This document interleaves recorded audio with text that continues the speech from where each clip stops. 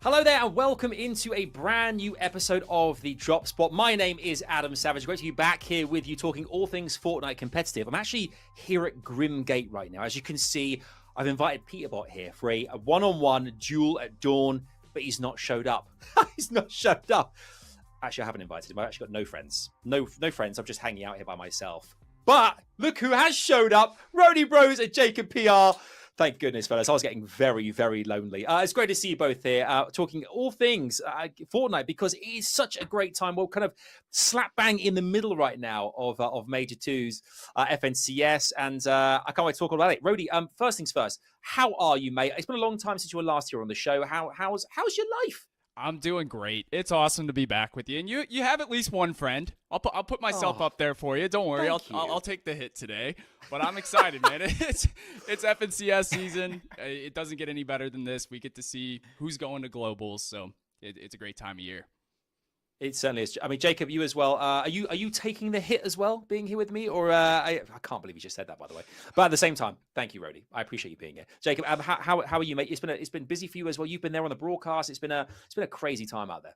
Yeah, but first off, Adam, you got two friends. You got me and RODEY. Yes. And honestly, you're the reason why I'm back on the show. I had to go ahead and have another conversation about Fortnite with you, Adam. But I'm doing fantastic. In the middle of the FNCS season, both NA, EU, and the other regions have all been exciting in their own ways. I'm just ready for semifinals and finals already, though. I know. It comes around so quickly. And for you guys, whether you're watching this or listening to this, it is great to have you here on the Drop Spot as always. This evening, we're going to be talking all about FNCS Major 2 qualifiers, of course, as well as dabbling with a competitive content creation. And it wouldn't be an episode of the Drop Spot without a quiz. And I don't know what that accent was. I don't know where that came from, but it felt right in the moment. I think the quiz is going to be a real kind of a difference maker here. We're going to really see who of RODEY and Jacob knows their stuff. And this one's a bit different tonight as well. You guys can play along at home as well. I think we jump straight into it though, fellas. Chapter 5, Season 2 FNCS qualifiers has been... It's just been such a performance from all of our players. And I want to start with NA as well. We've got to talk about Clix and Epic Whale here. I mean, one qualifier won. Clix... Is he on course here, RODEY? Let's genuinely say yay or nay here. Could he be on course for his first FNCS championship win? Clix is, he's been around for a long time. And I don't know if it's a stretch to say I think these are his best chances in all of FNCS history to get a win. I think it's up there, though. It's in the conversation. He's a Goliath when it comes to just personality with streaming and also, gameplay, obviously. But teamed up with Epic Whale, I think they have a really good shot here. I think Whale has a lot to prove over here on NA Central and Clix as well. Never has had the FNCS win. So I'd be really stoked for the whole scene if they can pull it off. Yeah, I think everybody would kind of have a huge celebration, parades around different cities if Clix and Epic Whale could pull it off. And Clix himself individually has been playing phenomenally season after season after season. He has highest placement last year, I believe it was, along with Donnie, teaming up with Epic Whale. Now they've achieved even new heights. But I'm going to go ahead and say one thing. It might be a little bit different than what a lot of people are thinking here. But with how well Clix has been playing and how consistently, I think it's really going to lie on the shoulders of the 6-time FNCS champion, Epic Whale. Since the merger, we haven't really seen him take that prime form that we've seen him take in years past. So if Clix and Epic Whale are going to win an FNCS champion, Clix has to play how he's been playing, but Epic Whale needs to step his game up just a little bit. Yeah, I think it's a really good point. I think, interestingly, you kind of think about, here we are saying that Epic Whale, the 6-timer, needs to step up. It's kind of crazy, but it's one of these strange things where, I like to think that maybe Epic Whale somehow complements Clix in a way that kind of elevates him and they kind of, kind of get to where they need to be. But it's definitely one to watch as well. You mentioned that, this is a team where there's a lot of eyes on this team too here. I mean, RODEY, Clix is he's a massive creator out there too, and he's got such a huge fan base who they need this. Where they need this for the community. Yeah, I think that's why I have such confidence in them. Is that they've had a couple seasons now getting that chemistry and such. Epic Whale has the experience of knowing how to win on that. That's the big thing: staying calm, winning in that set lobby. Right, that's a hard thing to do. And Clix, we've seen him clutch in just about every single format. So if those two can get it going together, I'm excited. I think they got a good shot. Me too. I mean, Jacob, another team that I really want to touch on here too is Peterbot and Pollo. I mentioned Peterbot earlier in the show here, but this is a player who just tends to just frag out constantly. I mean, this is a team that had 118 eliminations, including Crazy. 2 wins with more than 20 eliminations, dropping 20 bombs as well here. In this kind of competition, they won qualifier 2. What makes them so darn special, in your opinion? I think it's just you take these pieces apart as individuals, right? I think everybody knows what Peterbot is capable of. I think that a lot of conversations when it comes to NA do not happen without mentioning Peterbot. But let's take a step back. Let's talk about Pollo and how dominant he's been for over a year. And we're talking about before the Global Championship, when NA West was a thing. He got a second place with Defiable. You combine the regions, another second place, another top 5, another top finish right before the Global Championship. They even win a game in these biggest stages. And now you go to Major 1, another second place, right? So Pollo, in my head, it does not get enough credit because he's teaming with somebody like Peterbot, but it works for them. Because if you know Pollo, he doesn't want the credit. He doesn't go on social media. He doesn't make or post a lot of these big statements. He lets his gameplay doing the talking. And I think that's what makes this duo so special. They are 2 complete players now becoming one as a complete team. And then, of course, you sprinkle in the Dash medallion, but I don't think that's the biggest thing that sets them apart because nobody's doing what they're doing on other regions. This team just has a unique ability to take over games. And I think we've said it years prior, when we saw Myth kind of being the build master and then other players came in and took over. And then we were talking about Reet, we're talking about Boogas, and then now Peterbot's taking over. This is just the new generation of Fortnite gamers, and they are the biggest favorites to win at FNCS in history. Man, I could not agree more with Jacob over here. And I got to say, Pollo, that was such a good setup for him. And I've just never seen a phenomenon, too, on a region with people being as afraid to fight. I'm talking pros with Peterbot in this duo. Like, it's not, like you said, it's not just Peterbot. I don't know. They're an easy team to root for this season, and they're looking like favorites. Yeah, what's scary is, though, they're uncontested, right? And people look at it, oh, they're uncontested. That's why they're doing it. Well, they're uncontested because they took down the Major 1 champions, Acorn and Cold. They took down Jadson and Moo. They took down Quanti with multiple teammates. They took down a triple contestation. They got a top placing in Qualifier 1, first placing in Qualifier 2. They're uncontested for a reason. I think RODEY hit the nail on the head. They're some of the best fighters in the game, and I wouldn't want to even land near their POI, let alone at their POI. I think you make a great point. Like, I think everyone's kind of thinking, let's just be a little delicate around these guys right now. They are on fire, but we'll have to wait and see what happens in global, grand finals, and whether they can continue that this kind of indestructible form they're kind of on right now. One thing about the NA region that I always find fascinating is this constant kind of turnover of duos as well. There's this constant kind of back and forth, and whether or not from major to major, there's changes to these duos. We've actually seen 4 of the best duos have switched teammates for the second qualifier as well, which is quite a gutsy move considering you kind of create all these points in the first one. Obviously, accumulatively, you want to get as many as you can to qualify later on in the year for globals and such. But this kind of, I guess, way about business here and changing things up here, RODEY, is it kind of a smart thing to do? Is it kind of a bit gutsy? Like how do you kind of see this change up for qualifier 2?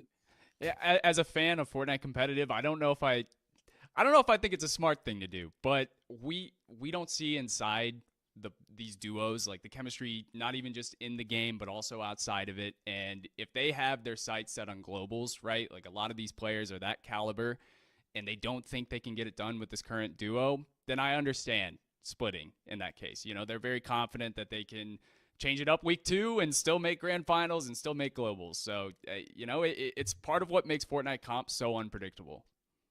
Yeah, I mean, I kind of like that. I had a different thought process kind of going into it. But I mean, if you believe in yourself in the long run, I see why a lot of teams are changing up. But a day before FNCS, qualifier 2 at that, ready to risk it all, I just don't necessarily agree with it. I know a lot of these players are young, inexperienced in terms of having, a teammate for a long, long time. And they always think the grass is always greener on the other side. I just would like to see a lot of these duos kind of stick it out for the FNCS major, figure out what works, and kind of have their teamwork go longer than a major, longer than a couple of games, because, when you start to have those minds, you get on the same page, build that chemistry over a long time, you can make some wonders happen. You can move mountains. And we've seen so many examples of that through FNCS years past. We have those 8 players. If you're kind of wondering who those 8 players are, by the way, are Aviv, Chubbs, Miro, Dukes, Noxy, Byler, Quanti, and Crisp. Let me ask you real quickly before moving on to EU. What duo do you think there would be the tour de force to beat, to match it, to take it one step further here? RODEY, what are those 8 players who would make a real duo? I've never heard of any of those guys. No, it's hard to vote against Miro. In any duo he's a part of. He did a coin flip famously in the Globals last year and then won the whole thing with Cooper. So hard to vote against him. Yeah, I think we're in agreement right there. Miro, if you can figure out a way to kind of let him and Dukes play together, and you mentioned the coin flip, and he almost retired. How do you almost retire, do a coin flip, win the global championship, and then now you're back and you're in a team shuffle? And that's one thing about Miro. No matter how bleak it might look, he always figures out a way to make something happen for himself. So I got to go with the vote of confidence with Miro being the one to come out on top. All right, you heard it right there. But you guys agree? Let us know on socials. Is Miro the player of those 8 that you have to team up with? Because let's be honest, he's kind of done it all. He's done it all. I mean, he's just multiple FNCS. When the guy's out of control. Speaking of out of control, Pink and Vico and EU as well have just been absolutely crushing it out there. Jacob, Pink and Vico, again, I want to ask you what's the difference maker for this team? What's the winning formula that makes them so impressive out there right now, having won both the first qualifiers? I mean, we talked about NA and these teams and these rosters switching up. This is a prime example of what happens when you stick together. You work through those trials and tribulations and you face that adversity and come out on the other side. It wasn't too long ago that when this duo first formed, we were talking about the miscommunications, not being on the same page, players going for loot when they shouldn't, while the other player getting mad when they go down. This team has worked on it. They worked on different scenarios, different situations. They're both powerhouses when it comes to fighting. And then obviously their drop spot doesn't hurt either. They land near multiple forecast towers, bunkers, so they have a lot of access to different loot and utility that helps you in the game. And I think this team, as long as they have a calm, cool, collected game plan, I think they're going to be fine. But if they don't, they do tend to kind of get flustered on themselves, and that's when they start to tread downward. But as long as they stay calm, cool, collected, I got confidence in them. Yeah, and to kind of piggyback off that as well, a huge problem sometimes in the scene is when 2 all-stars team up. You think it's going to work on paper. You think it's going to work statistically, but it doesn't end up happening. But that's not the case in here. Like you said, they had some struggles early on. But in my opinion, I've watched Pink's gameplay a lot. He's a very confident person, not just in game, but also outside of that. And that can help when you have a very confident fragger like Vico, keeping him under wraps, working as a team, not making solo plays. And as we see, once they figure that out, which it seems like, they have, you get really good results. You do. I always think, because they're such characters, there's so much energy to the 2 of them as well. I always think, remember those old cartoons we had like 2 characters come together and it's like a ball of smoke and just like stars and things pinging out, rolling around. That's what I imagine the comms like, those 2. But obviously it's working. Whatever they're doing, it's working for sure. Talking about a few things quickly, other regions in a second, but like Savage and Mongrel, Queasy and Thomas HD, these are players as well here that, they need a bit of a comeback for the lower bracket. What is it they need to do you think here? I mean, RODEY, players like this, there's such a caliber of talent there. How do they get back in? What do they have to do now? Is it kind of going for broke here and pushing different POIs, changing things up, or keep it, or sticking to their guns? Yeah, it gets a little hard to predict because you did have 2 opens weeks, and when they struggle in the second week, it makes you wonder going into lowers and such if they're going to figure it out. But if you have confidence in anybody, both of these duos have such a track record of figuring things out, not just with a whole week to figure out like they have right now, but we're talking like in grands, switching it up between days, right? So I'm confident they can figure it out. Yeah, I agree with you. I'm not really too nervous for Queasy and Thomas. If you look at the history of Queasy in general, when it comes to these open rounds of the FNCSs, he does tend to struggle. It's a whole different style of gameplay than these finals and these set lobbies. I think for Queasy and Thomas, since they are going to another open style format to where there's multiple running lobbies going on, just go back to basics. You just need to get a top position. That way you advance into the upper bracket. So I'm not too worried about them. On the other side, though, Mongrel and Savage, that's where I'm a little worried. They made it this far, but throughout the first 2 qualifiers, when they were contested, top 40s all around. They struggled to get out of that early game. Uncontested, though, that's where they shine. You took a 4 off of that. They got top 4s multiple times. They were able to play the game out. So going into this one, I'm going to be looking at them to just get better off spawn. If they can win a couple more of these contested fights, I can see them moving up to the upper bracket and eventually the grand finals. But if they do not win these off spawn fights, they're just going to struggle throughout lower bracket until they're eventually eliminated. Yeah, I mean, they clutched up in Major One. I think being the 12th team, the last team to qualify. I think for the finals, which was just, and you could see like I think every Fortnite kind of competitive player out there was just elated because it's just great to have them back together again and competing was so much fun. I mean, other regions very quickly to mention as well. Obviously, Cal Gamer and 7man trying to get their 4th consecutive title in the Middle Eastern region. And Phaser and King as well in Brazil, obviously competing in Europe last season. Now they won the 2nd qualifier in Brazil. I mean, returning back to the former glory of competing on that region, RODEY, it's paying dividends right now. Yeah, King obviously is a fan favorite since the World Cup days, and he's just an absolute blast to watch. So that's so cool to see. And I'm a fan of the Brazil region in general. Just after I was at Raleigh for that LAN, and just the energy from the Brazil crowd just makes me so excited to see these players doing well. I think Pollo also had a 2nd place in the 2nd open round. So there's a lot of things to be excited about on the Brazil region. You said that perfectly. The Brazil fans, just any sport, anything that you're watching, the Brazil fans go absolutely crazy. And King and Phaser, they made the dare. Major One, they flew over to EU. They made a finals, but it didn't necessarily go the way they wanted. They go back to Brazil. I think this is their chance to secure their global championship spot. And then who knows? Maybe they go back to EU. Maybe they go to NA, practice up for the global championship. But I think King and Phaser, this was the best thing they could have done, secure their global championship spot, and then worry about globals later on. And I would like to have seen this earlier in Major Ones. That way they can just play the rest of the year. But I mean, hiccups happen, speed bumps are on the road, and how they handle it is going to be the best thing for themselves.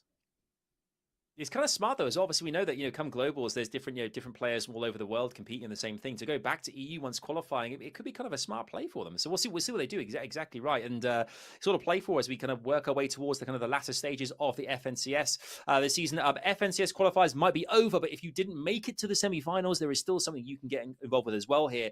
The FNCS Community Cup is this Saturday. It's this Saturday.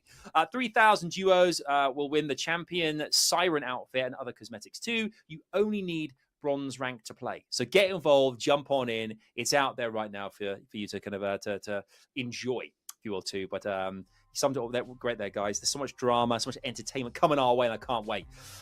Which is again, it's perfect because this is the time to about entertainment and drama. The quiz on the drop spot is what it's really all about. I mean, this is like watching a soap opera. There's tears, blood is shed, there's sweat. It's an incredible affair. Honestly, it's like watching kind of like a saga in front of your very eyes. And it's going to happen right now, right here, as RODEY and Jacob go toe-to-toe. Fellas, you feeling good about this, RODEY? I know you're returning. I mean, how did you fare? Remind everyone at home, how did you fare in the last quiz you did here on the drop spot? Oh, I kind of forget when I'm trying to think of it here. I believe Vivid beat me, and it was pretty bad. But, Jacob and we've been friendly so far. It's about to change, and hopefully I bring my A game here. It's about to change. I'm still gonna be friendly. I remember I went up against Minnie. Minnie was confident as ever. I lost to Minnie. It was pretty close. Kelly, pretty close again. I was able to beat Kelly in these competitions, but I'm hoping we stay friendly after this, RODEY. Man, I don't want to have to take you on in a quiz and in Fortnite. No, we'll see. We'll see. I love that. It's been best friends up until this point. Now it's a bit like, it's getting a bit saucy. It's getting a bit naughty in here. It's going to be interesting. Obviously, with our quizzes are always, they usually tend to be multiple choice based. Obviously, we ask our wonderful kind of guests whether or not, a couple of questions each. If it's a tie, we go into a tiebreaker question where that question is the closest person to the actual answer is the winner. You guys definitely play along at home as well. And I think this one as well will be quite interesting for you because this one's slightly different this week. The first 2 questions are not multiple choice questions. They are simply true or false questions. True or false. That's it. Okay. Straightforward. 50-50. Go either way.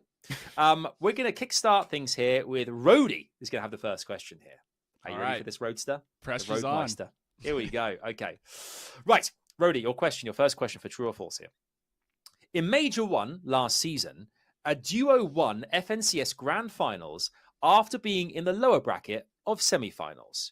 True or false? In Major 1 last season, a duo won FNCS Grand Finals after being in the lower bracket of semi-finals. True or false? Well, I got a 50-50 chance, so I'm going to throw out a true.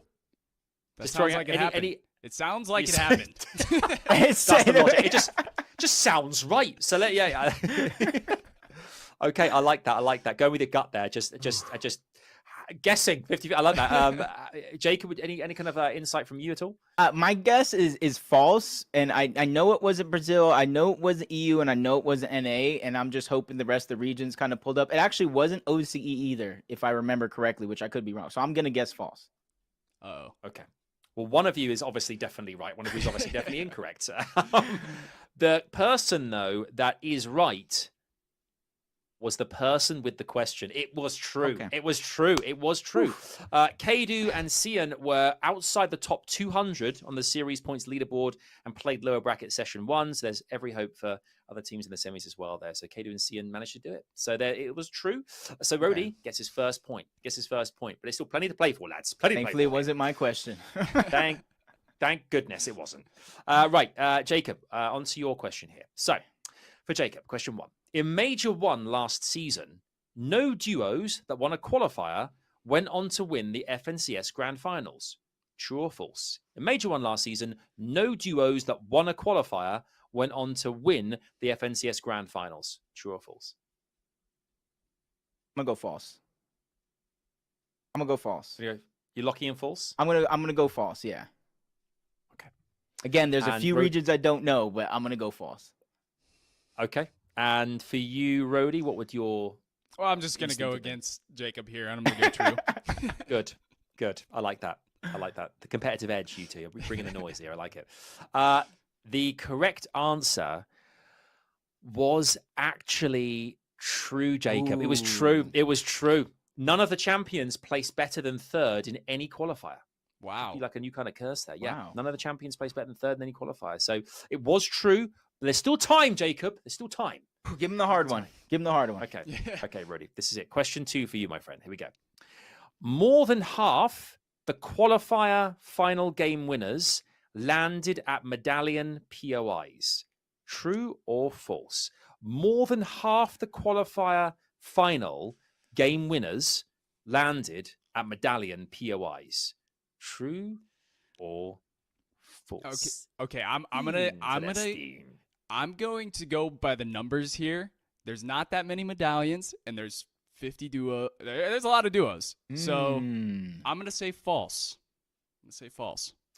Okay. I like his logic there, Jacob. That's sound logic. That's sound logic because there is only 4 medallions.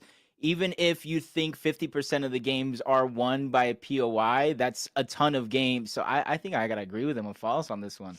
It seems outlandish, though, because when I'm casting the qualifiers, it seems like somebody always has the Grimgate medallion, the Underworld medallion. But did they land there, or did they get it off elimination throughout the course of the game? I got to go with RODEY's math. So, you guys are smart. There's a reason you're here.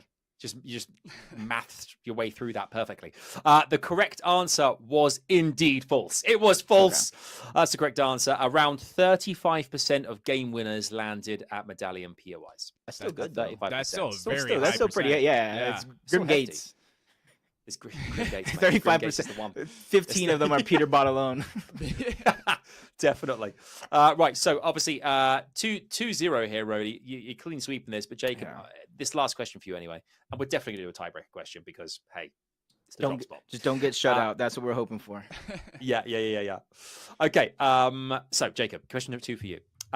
Grimgate produced more qualifier final game winners than the other 3 medallion POIs combined. It's like you kind of knew the question before it was asked. Yeah. Grimgate produced more qualifier final game winners than the other 3 medallion POIs combined. I think it's true. I think Peterbot alone has earned more victories throughout other POIs in NA at least. So I think it's true. Yeah, sure. I'm gonna agree with him there, and I'm rooting for him on this question. So I'm gonna go true. Okay. Yeah, of course you are. It's like yeah, go you, Jacob. Well, he's won. At the same time, though, you are both absolutely spot on. It is true. Yeah. It is true. 55% of the game winners who came from medallion POIs landed at Grimgate. That is That's staggering. insane. That's insane. 55%. Wowzers, man. Keep in mind though, nobody's doing it like Peterbot and Pollo though. That is true. There's They bring a certain a pizzazz, a variety to their play that is just unmatched, really. Right, 55% of the game winners from POI's Grim Game. It's incredible. Right, we're gonna do the tiebreaker anyway because hey, we're all friends here and we love these are the best ones. And actually, do you know what? Going by the past like few episodes of the Drop Spot, it's been unbelievably close, like ridiculous. I think on the last episode, I think we asked one of our guests like how many reboot vans were on the map, and they were out by 3, which was super close. No pressure, but just saying. Okay, right, tiebreaker time.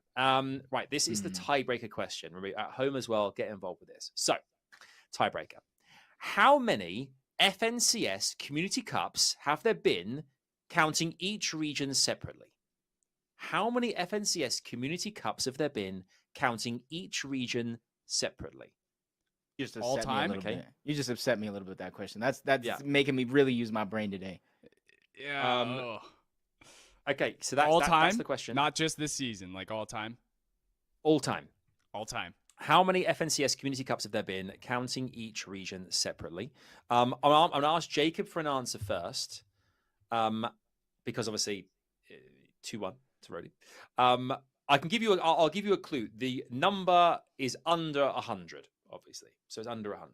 Yeah, So I'm up there. I'm near that number in my mathematicals right now. And let me tell you, I'm just like. So there's. Okay, you got to start. I'm gonna guess like 6 regions. 13. We'll go 83. That's what I'm gonna guess. 83. That's a great guess. Great guess. Solid guess. 83. Okay, so 83 is the kind of like the marker there, Rodey. It's a question of whether or not you kind of. I mean, you could do 82 or 84. I won't be weird. I won't be weird. Gutsy, come on. Yeah, $1. So a thought going through my mind is that we used to have West and East as well. So it might be slightly higher than what we think. So I'm thinking maybe like 92. Just throwing out something like that. Forgot about West and East. But Okay, I don't know. Cool. Hey, do you know what? The logic is absolutely on the money. Yeah. But the correct answer is not either of your answers. Okay. The correct answer is less than both your answers. The correct answer, there have been 65. Oh, okay. 65 is the correct answer. There have been 10 good, though. Community That's Cups, sometimes with 7 regions and sometimes with 6.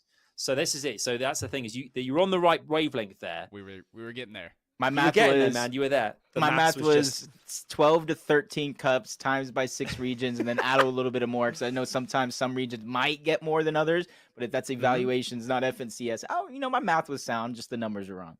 Hey, do you know what? And it's the pressure of the situation. This is as big as it gets. That's fun. That was This- fun. this That's is as big as it gets. I think that question was worth 2 points, so Jacob did take home the championship right there. Woo! I'm Don't not be so- arguing. No. Rodey, don't be so nice. I lost fair and square. My Be guess brutal to was him. I was 30 off. I don't think I deserved to win. I'm not going to So- argue against him. But you're the judge, Ro- Adam. Rodey's handing you the trophy. I could say, oh, it's it's 50-50. You're both winners. No, Jacob's won it then, Rodey. You've given it away. It's fine. Well played. Well done, Jacob. Well played. Mm-hmm. Jacob, what is that? Are you rocking like an imaginary baby? What are you Yeah, doing there to this is celebrate? my llama. It's a baby llama right here. You see him? He's just talking right now. I'd like to thank my mom. I'd like to thank my wife. And I'd like to thank Fortnite. And Rodey, of Brilliant. course. Hey, great speech. Great speech. That was epic. That was huge. Well done, lads. And hopefully you guys at home as well had fun doing that too. How close did you get? Did you get them all correct? Let us know on socials too. And yeah, love those questions. Always tons and tons of fun. Right. On that note, let's move our way on to something else which we absolutely must be talking about on this show too. We talked about competitive content creation is obviously something which is really popping off now as well. We're seeing kind of loads of players out there, you guys at home listening, watching, finding new ways to kind of get involved in comp Fortnite, and it's amazing how content creation is a huge part of that, and spreading kind of like your kind of skills into the ether, into the wonderful world. Obviously, Rodey, kicking off with you, obviously a huge creator, you're making a lot of Fortnite creator content. Can I ask as well, most recent video, you're going to a museum to choose your kind of FNCS duo partner. Walk us through this quickly.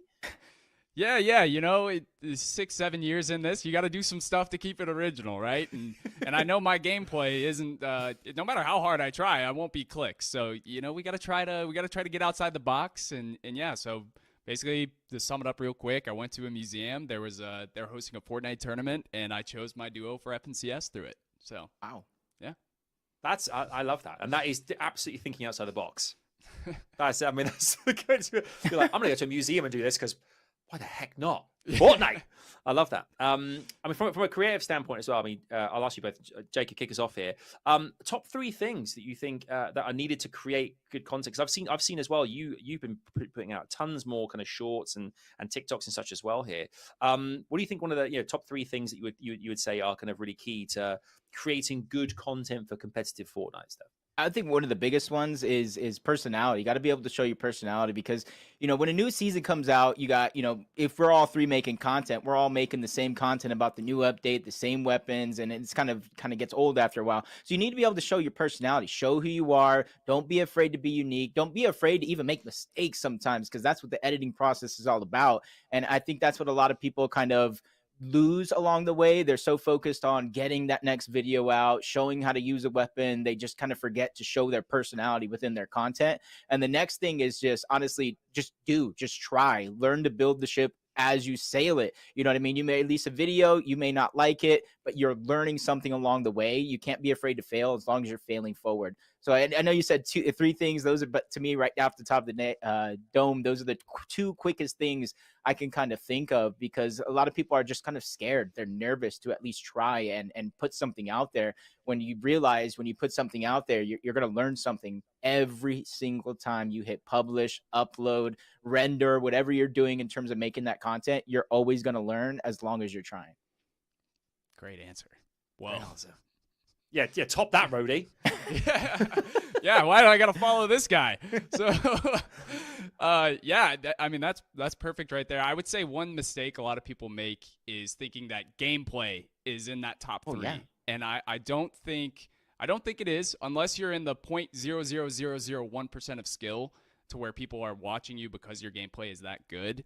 Such as a lot of people we've talked about on this podcast, right? Like Peterbot, Clicks. These are people that their gameplay alone is a reason to watch them, right? But that originality, right, and your personality, as Jacob talked about, that is a great way to stand out. Any other skills that make you unique, that's something you can do, right? Like if you're good at talking to people, doing content like that. If you can play piano, I got a piano in my room. If you could do that, I can't play it, but if you could, that'd be great for your content, right? So yeah, I think those are a few things that really help you stand out with content. Yeah, I think absolutely brilliant points, fellas. I think I think originality is definitely something that seems to be kind of mentioning go to a museum there, RODEY. That absolutely original. I think that's the thing is for any aspiring content creator as well. It seems to be kind of the things that really stick out is definitely that. It's kind of and finding. I think Jacob, great point too. Kind of finding your feet as you go, because not everyone's going to make perfect content off the bat. You're going to find hiccups and ways of doing things better, and even your kind of your process of making the content in the first place and kind of making that faster and smoother and such as well. There are a lot of places to make content for as well. Some do you think?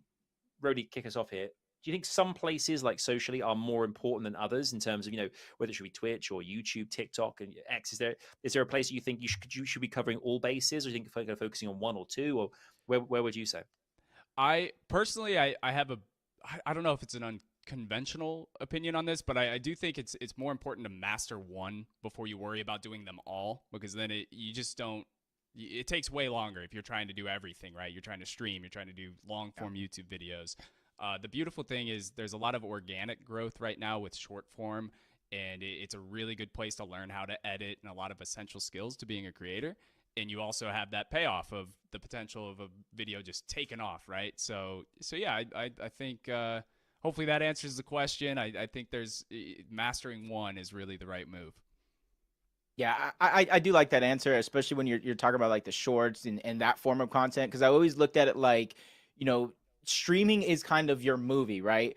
But if no one knows anything about your movie, they don't get a trailer, they don't get the story, they don't got advertisement market around it, no one's going to go and see your movie. It doesn't have hype. And that's why I look at all these other channels as kind of trailers, build the hype for that stream. And it's something that's going to live there. It's something that's going to be watchable every second of the day versus a stream. If they don't catch you live, yeah, they can watch the VOD, but it's just not the same. You don't have the same energy. You can't have that same interaction. So I do think it's very, very important that, yes, you focus on that one thing. And I think being able to kind of focus and start off, YouTube, Shorts, TikTok, whatever it may be, and kind of grow from that into a live stream, it would be kind of a preferred goal, unless you're very, very unique, unless you're a Peterbot, unless you're a Clicks, to where everything just kind of comes naturally to you and people kind of want to watch for your skill or some of those other reasons. Otherwise, I would kind of like focus on one platform, build it up, and then branch over from there and figure out how to use those platforms together. So that way you're not just doing something here, doing something there, doing something there. You need to make sure it mixes all together well. Yeah, I think those are great tips, fellas. And shout out to all the octopuses out there, because if you are an octopus watching, I mean, 8 hands, you could do a lot of you can do that. There's a lot of opportunities to make content there. Most of us aren't that though. So I definitely think streamline it and kind of find the best way that you can get content out there, which works for you as well and your lifestyle. Really, really important there too. Right, fellas, it's been an amazing episode. Very quickly, where can we find you online as well? RODEY, kick us off there. Where are you on the internet that everyone can find you and watch your content? Yeah, just youtube.com, RODEY Bros. You got me right down there. It's a perfect spot to find me.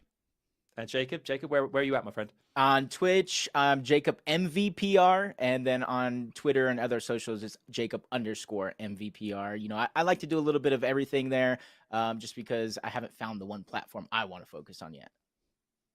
Hey, there you go. You see, an aspiring creator as well. That's the amazing thing. And thank you guys so much for checking out the drop spot. And make sure to enjoy Fortnite competitive out there. Semi-finals coming your way. It's going to be brilliant. Don't miss a single beat. We'll see you very soon. Thanks for watching. Take care, and we'll see you on the battle bus. Bye-bye for now.